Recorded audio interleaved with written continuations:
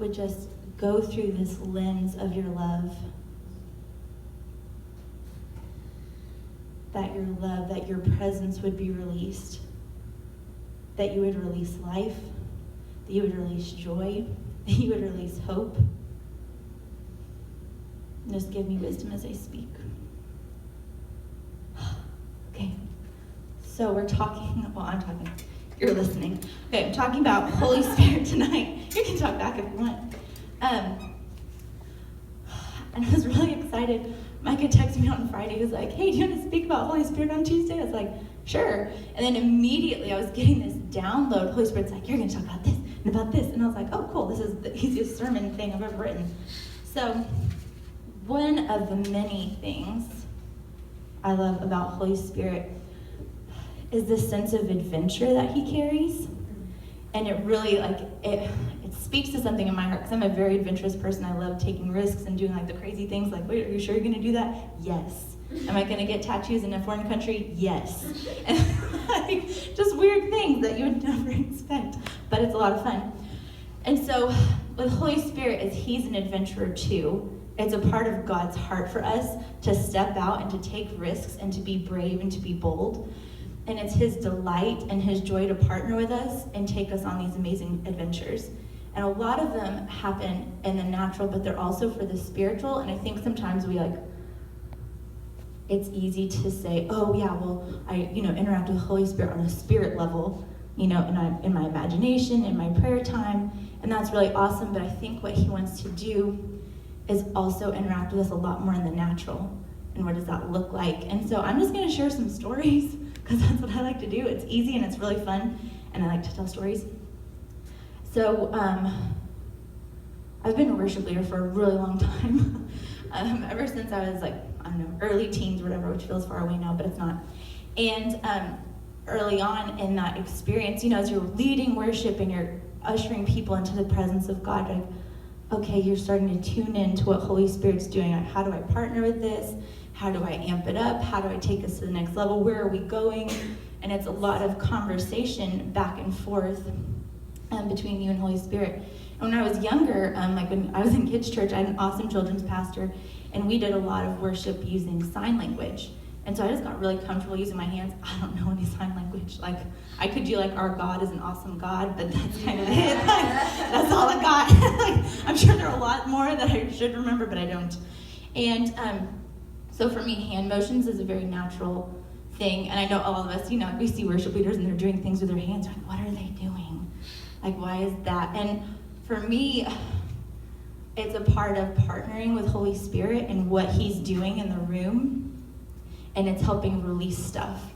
So I had an opportunity to grow in this a whole bunch more when I went to Mozambique. I went to Harvest School almost 4 years ago now. And while I was there one morning, we were in worship, and I felt the Lord told me, go, because we're meeting in a hut, okay? It's blazing hot. And he was like, hey, go to the back corner of this hut. I'm like, okay. So I go back, and he's telling me to stand on this ledge. Oh, Lord. Okay, but it's Harvest School, so you can get away with doing weird stuff. And so I stand up on this ledge, and in my long skirt, sweating buckets, and he's like, release waves. Okay. So I'm going like this, and I'm releasing waves. And it looked so goofy, and you just die to yourself in the natural, it doesn't matter what this looks like, because I know what I'm doing, the Spirit is changing stuff, so release the waves. And I could see what it was doing, and it was so awesome. And I just, there's that sense of knowing that you're partnering with, the creator of the universe, and you're like, this is totally worth it. I look bonkers, but it's worth it. And so that was just one way, or other times in prayer, another way to really partner with the Holy Spirit is through intercession.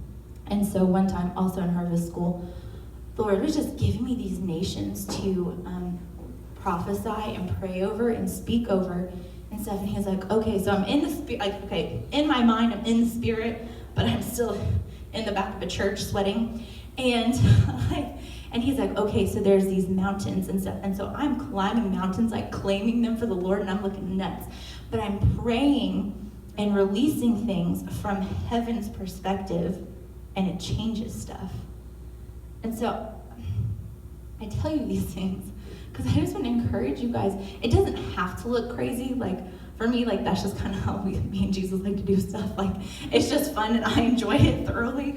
But, like, to be brave and to partner with him, no matter what it looks like, even if you're like, I'm kind of looking a little silly right now, but it's totally worth it because of what you're partnering with. It's so much bigger than you. It's so much bigger than what's happening in that moment. It's actually affecting eternity. So it's worth it. It's more than worth it, and it's just so awesome. So, yeah, and then one more thing about intercession. And I wouldn't call myself an intercessor and stuff, but something that I've noticed and I've really tried to especially partner with the Lord in lately is really when you're praying about something. Like last week, I had something happen and it totally threw me for a loop. I was like, I had a headache for 3 days. I was stressing out. I was not handling it well. And what I remembered after, I was like, oh, you know what I didn't do? Is it's really important to, when you're praying about something, and even in your mind, like in the spirit and stuff, is to picture yourself above those circumstances. Like you gotta zoom out because you're in the midst of all the swirl, all the mess. Like I was a hot mess. I was freaking out, I was stressing, I wasn't sure what to do. I was like, this looks bad, and this looks worse, and it's all over. And it was really, really stressful, and I couldn't get past it. And then I remembered, oh, I have to step back and goodbye, guys, and look beyond where I am right now and partner with Holy Spirit. Okay, what does this look like from heaven's perspective? Because what I'm not saying, this is not heaven. That's no good. But what does heaven say about this situation? What is the Lord wanting to do in this? And so I started partnering with the Lord. This was like a day and a half in, okay, on my massive, terrible headache and stress and stuff. And I just started partnering with the Lord and reminding him of his promises over me and over my life. And for me and Micah and for our baby, it's like, okay, it's time to get serious. And releasing the promise that the Lord is the one who makes a way where there is no way. That's huge. Like that's this thing that I've held on to for about a year. I got this, went through some inner healing and got some declarations, and that's one of them. And I'm like, the Lord's like, you need to give this to them. The Lord is the one who makes a way where there is no way. He's the only one who can do it. Because you can't make a way all by yourself. Me stressing out and freaking out over here isn't going to make a way, but he can make a way. And once I tapped into that and realized the next day it was completely solved.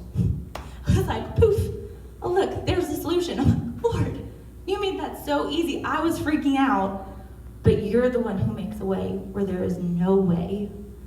And yeah, Holy Spirit is so invested in your life.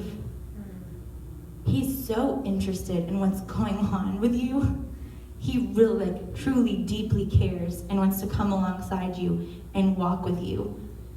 And so, I'm jumping way ahead. That's okay. So, all right, Lord, what are you doing?